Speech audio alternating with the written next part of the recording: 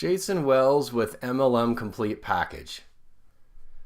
And I wanted to talk about a subject that you're not going to hear a lot about in the MLM community, but that's trusting your gut. And the subject on that I want you to trust your gut on is not recruiting somebody when your gut's giving you that little signal, like you've got that feeling like, I don't know if I want this person in my team. Now, most people in MLM will recruit whoever they can get to join their MLM business because they're so desperate for results. And that's understandable. Every leader that's achieved huge results in MLM can remember that part of their business or that time usually when they first started out in the first year or two. And so I know it's hard to conceptualize what I'm about to talk about, but I think it's important that you hear it because as you get more success down the road, you're going to want to differentiate who you want in your team and who you don't. So first, I want to be the first one to say that everyone deserves a chance, and that I've learned that most of the promising people end up doing nothing, yet the people who you don't think will get anywhere kicked ass in the business. So I'm not talking about perceived talent or whether somebody will be great or not. I'm just talking about somebody where your gut's giving you that funny feeling and it's telling you don't recruit this person. And so the reason why it made me think of this, and I've talked about this before, I know, with my own team and my own company, but I've never talked about this outside of that in the MLM community. And what made me think of it again is we had that situation happen again. It happens every once in a while. First, I'll say that, the person I'm talking about, it's not that, I think this person's a terrible person or they're evil or, they're not it's just a feeling you get. And a lot of times it stems from, your gut telling you this person isn't a fit for your team, your company, or your style of doing things. So actually, when you listen to this, you're doing that person a favor because they're probably not going to thrive in your team and your style because you know the culture of your team and who you're around.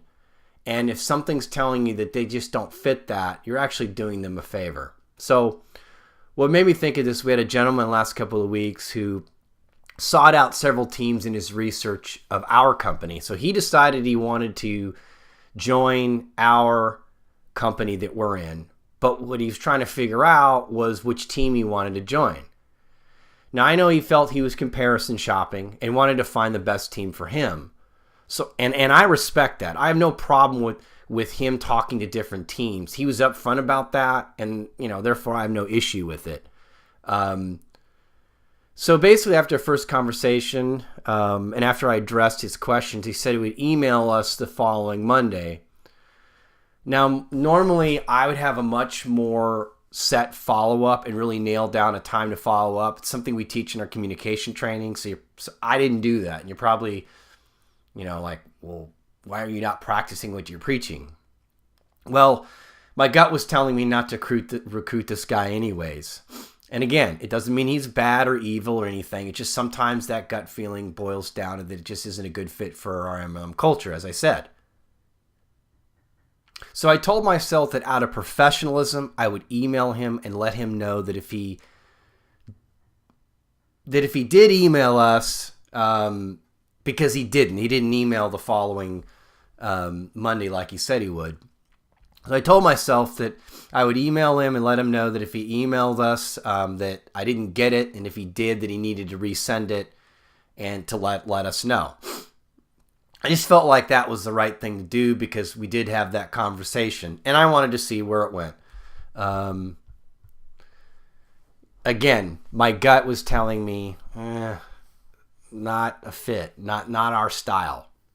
So I didn't hear from over a week, as I said, and I didn't follow up, and I marked him inactive in our contact management system because I wasn't really excited about him.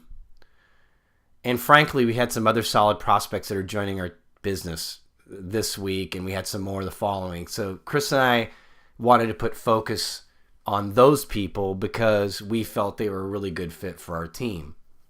And to make a long story short, he emailed us back after a week and asked several questions in relation to what we offered and comparing us to other teams. Actually, there's two other teams he mentioned. One was a local team in his area, and another team that knew how to build on the internet, supposedly, which I can tell you in our company, we're the premier team on internet knowledge. So I'm not sure who that other team is, but I'm not even aware of another team that has our skill set. But that's neither here nor there. I bring that up because, now I know what I'm dealing with. I've got other teams that are probably saying things that they can't do. And I'm not being critical of other people. I'm just saying that I know every team in our company has something they're good at. And what we're really known for is our marketing ability and our ability to build on the internet. And there aren't really any other teams in the company that are known for that. So I'm trying to figure out who said that. And that just is what it is. It's a fact. But so now I'm dealing with this, people are throwing things around. We can do this, we can do that. And here's where I ran into the problem. He basically asked us if we could meet what they offered or exceed it. And whether he intended or not, he was pitting teams within our company against each other. Now, I've personally dealt with this a lot when I was building in Asia because this stuff is more prevalent over there. So he's basically looking for the best deal. And what often happens in Asia is, there'll be people that want to join and they'll literally comparison shop and say, well, this person's giving me this. Can you do better than that? And they do. I don't get into that. I didn't get into that when I was in Asia. It's just a bad road to go down. Take my word for it. You don't want to do that because what ends up happening is you go down a slippery slope where you start making promises you can't keep. Nor am I going to bow down to any one person because the team is much more important than one person. And that's just the way it is. And so I think when you start going down that road, I think you end up compromising what the team is all about and making deals with individual people that can't possibly be worth compromising what you're all about. Now, that's just my personal opinion. So I feel like my initial gut feeling was right as far as being a fit for us. I just didn't, we didn't feel like it when we talked to him originally. And after getting this email, I was just like done with the guy because in my mind, and I could be wrong, but all I can do is go with our experience over the years that people like this just don't fit in our team. So we actually emailed him back and withdrew our offer to bring him on our team and wished him well in our company with another team. Now, I know for many people out there who are struggling to recruit consistently, which is most of the MLM community, it's probably a shock to you that we told somebody to, hit the road. Basically, it's what we said in a polite way. And it definitely helps out that our lead sources and skill sets allow us to have enough people to recruit to say no to some. I know, if you don't have that opportunity and you haven't quite got your business to that point, I understand how it's challenging to do what we're doing. But I want to share it because it's a lesson to you, because sometimes recruiting somebody can be more trouble than the worth it brings to your business. And I know when you're trying to get started and you're trying to just get people in your business, it's hard to do this sometimes. But you got to, because these people can be what we call time vampires for you. They can take all your time. Now, again, I don't think this guy's a bad guy, but his style just won't fit our team. And I don't give the best deal or make promises to future downline. All I can promise is to give him the best MLM system, marketing and training, and mentorship possible. And beyond that, it's really hard for anyone to keep promises that I'll put it this way. I don't see how the promises he's getting from other teams, I can't believe they're making those promises because I would never do it in a million years. And it just, again, you're putting somebody above other people because other people didn't get that. And now you can say, well, maybe he's better than those other people. No, we don't know that. Because, again, like I said at the beginning, there are a lot of people that look really good on paper when they're joining your business, and they never do anything. So basically, I have team members already that never got any benefits like that before, and have already proven themselves and worked hard on their own.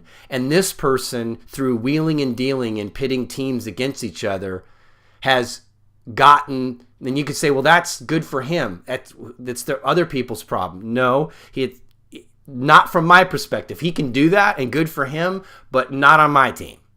I'm not going to have somebody that comes in, hasn't done anything and hasn't proven themselves to get something from somebody else. And what is good and what makes somebody a good team member and to deserve to make good on those promises is in the eye of the beholder. But I've never found that stuff work for people. I know other people in my own company that have been promised things like that. Most of them never got the promises fulfilled. Not because the leaders were bad people. It's just because life happens. Business happens. Things change. So a lot of times making promises on things you can't do, it happens a lot. And again, I don't think it happens because leaders are liars or try to do. In most cases, I think people honestly intend to make good on their promises. But then there's some gray area on, did you meet what you were supposed to do in order for me to make good on my promise? And then you got this big problem. So these were the kind of things that were going on. And I share this with you because if you allow a future team member to have this much control, they're not going to be teachable. In my experience, these type of people always want more and never can get enough. And they tend to follow in the grass is greener over there mentality, which hurts their business and your business long term. So I wanted to share that with all of you because I think it's an unusual situation that the average person in MLM doesn't run into. And unless you're a leader like us, you probably have never said no to a prospect. And that's really the truth. I'm sure 99 of 100 people would never tell somebody who's very serious about joining, who's at the decision stages, to say to somebody, no, you can't join our team.